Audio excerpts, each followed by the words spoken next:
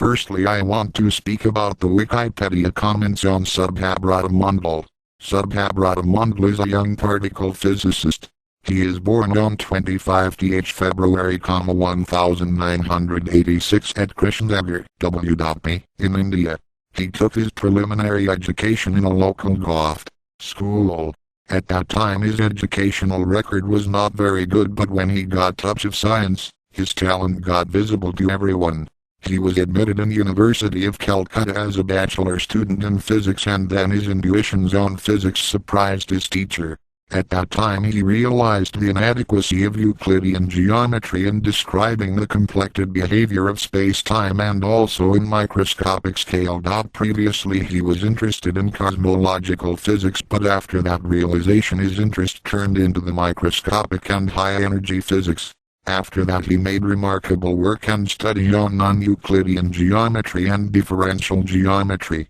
After his bachelor degree, he was admitted in University of Calcutta as a postgraduate student in physics and completed his postgraduate degree on particle physics and quantum field theory. Now he is involved in his PhD course on neutrino mass and flavor mixing at Berkeley. He showed his skill remarkably on Bjorken scaling. He is now personally working on mysterious quantum gravity. That's all. Now I am saying my own words. I think that the greatest achievement of 21st century is nine-universe theorem. The Gauss theory is developed by the young Indian physicist Subhabrata Mondal. The special thing of this theory is that it does not require any special boundary condition.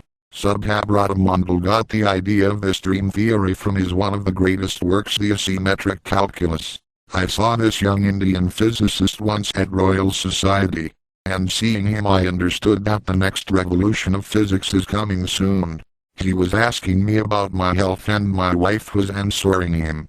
Actually I think that I am rather lucky that I am a handicapped man, because I shall not very soon because of my motor neuron disease, so I shall be able to see Subhabrata Mondal's marvelous works in future. When we were electing him as the honorary fellow of the Royal Society, we did not think about his age, because Mondal is a Gauss and Gauss has no age. His explanation about God was extraordinary in his Royal Society lecture. Yesterday I heard that Mondal is involving himself in CERN as the director of analytical department, so I think that his co-workers are very lucky. Recently at New York Times, Subhabrata Mondal is compared with Richard Feynman, and I think it is absolutely right. Actually he is the most powerful physicist and mathematician since Feynman. He is a masterpiece in quantum electrodynamics and Bjorken scaling.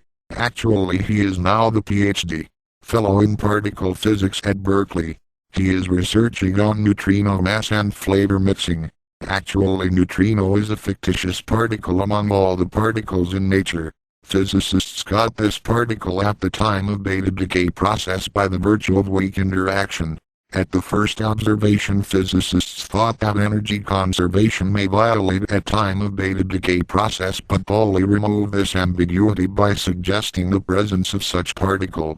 But when the experimental physicists were doing the handedness experiment of neutrino, they again surprised because they found only one type of neutrino instead of two.